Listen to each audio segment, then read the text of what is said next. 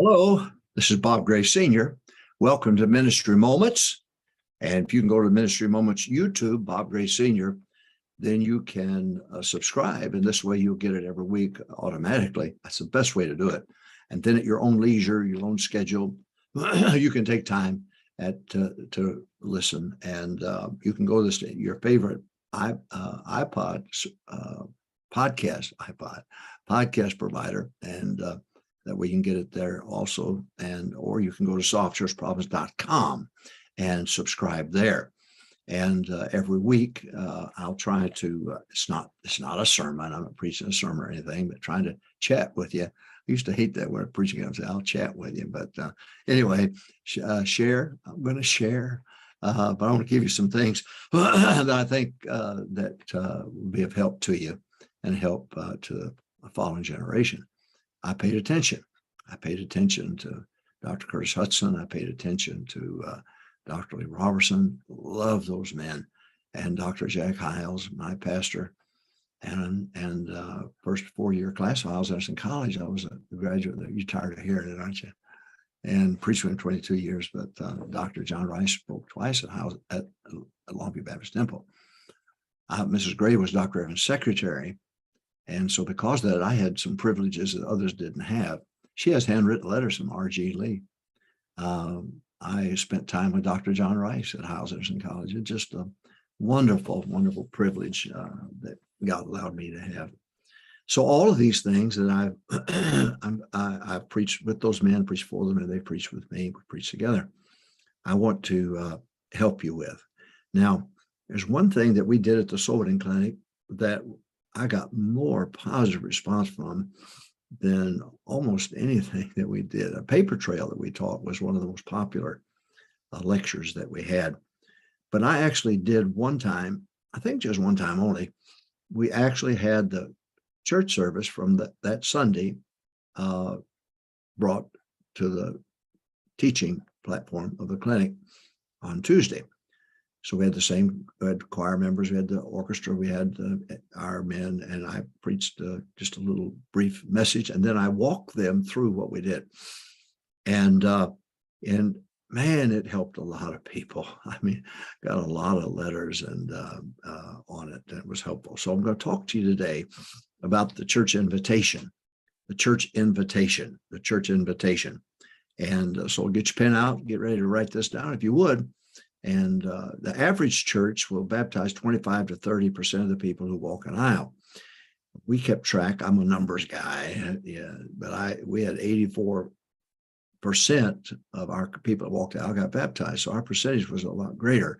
And I think it's because we organized. And I learned that from Brother Hiles, paying attention to what was going on at First Baptist Church of Hammond. And so let me give you just some things I wrote down about the invitation. This could revolutionize it, really could. If you're winning souls and have a difficult time with getting them baptized and so on, listen carefully, take some notes, because I know this will help you. Here we go. Church invitation. Number 1, have name takers at the end of each front pew. So you have your pews on the front, and so assign someone to take names when the invitation gets started and gets going. Have them sit on the end of the front pews and to take down names. Number 2, have small clipboards underneath the front pews. In other words, we built a little pocket and we put it underneath the end of the front pews. Clipboards with decision slips. And boy, I'd go around Saturday night and I'd throw a fit if those clipboards weren't full. I mean, packed. I expected people to walk the aisle. I expected people to get saved. I expected professions of faith and baptisms. And boy, if it wasn't full, I'd call Brother Duckett was in charge of that. I'd call him Saturday night and say, look, I'm down here and these clipboards are not full. They're supposed to be full. Oh, you say you're nitpicking. No, I'm not nitpicking. I like things done decently in order, and I like to be prepared. What God does with that's up to God, but at least my end of it is prepared. So we have name takers go to the end of each aisle and the front pews, Then we have small clipboards filled with decisions. I mean, packed with decision slips. Number 3, have a lineup of men and women, single file in the aisles, ready to work the altar. So you have a single file males, single file of females. And we had to our left an aisle there, and then we had to center an aisle, and then to our right another aisle. So we had 3 aisles on the lower floor. We had 12 sections of lower floor, 10 sections of balcony that were ready to work the altar. I didn't have that in the balcony because I wanted them to come down to the altar on the lower floor. So I said, number 1, have name takers at the end of the front pews. Number 2, have small clipboards filled with decision slipping. You check it out. I said, I prayed over every pew in that auditorium. I prayed over every bus. I prayed over every Sunday school class. Saturday night was my time. God, please. And I'd end up behind the pulpit on my knees. Oh, God, please keep your hand on this place, and please give me your power that I'll be able to teach and preach and draw the people. Now, should I go? Should I go? Draw them, fill the buses. And God was so good to us. It was a miracle. It was a miracle. And don't tell me it can't be done. Now, we weren't part of the 60s. We weren't part of the 70s. I went there in 1980. So we're the 80s and 90s and the early 2000s. So it was, when people said it couldn't be done anymore, we were doing it because it was God's template that we were applying. All right, we're talking about church invitation now. Have name takers at the end of each front pew. Have small clipboards filled with decision slips. Then number 3, have a lineup of men and women, single file in the aisles, ready to go to the altar. All right, have them go to their position on the first stanza of the invitation. When did these people move? Okay, we got ready for the invitation. The choir would stand. The congregation would stand, every head bowed, every eye closed. And I would ask the question, are you saved? Are you going to heaven when you die? And you're glad about it, tickled about it. Would you raise your hand? Now, at that moment, there were some who did not raise their hand because they didn't know. All right, then I would say, okay, if this morning you'd like for me to pray for you, you don't want to go to hell, you'd like to go to heaven, and you don't want to go to hell, and you let me pray for you, would you raise your hand? And then I would not embarrass them, but I would, God bless you, God bless you, God bless you. Now, the men sitting behind me were supposed to be alert because every one of them had a section. I didn't have them up there because they were my posse or try to make me look good. They were there functional. They were there because I wanted them to give me a list of people in their section that was not there, absent, because the people sit in the same spot all the time, 99.9% of the time.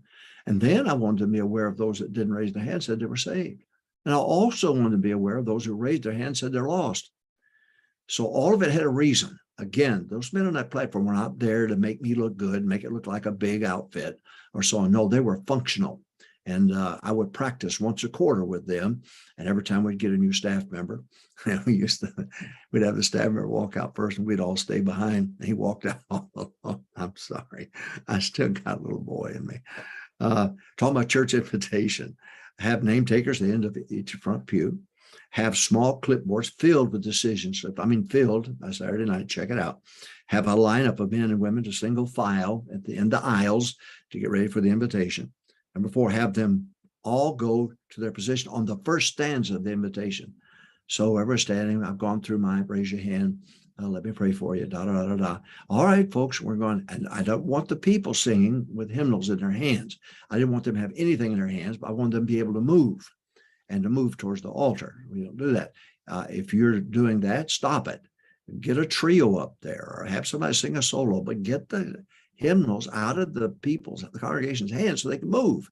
And so our choir did the singing for the invitation. But on the first stanza, people would start moving, and it was like priming the pump.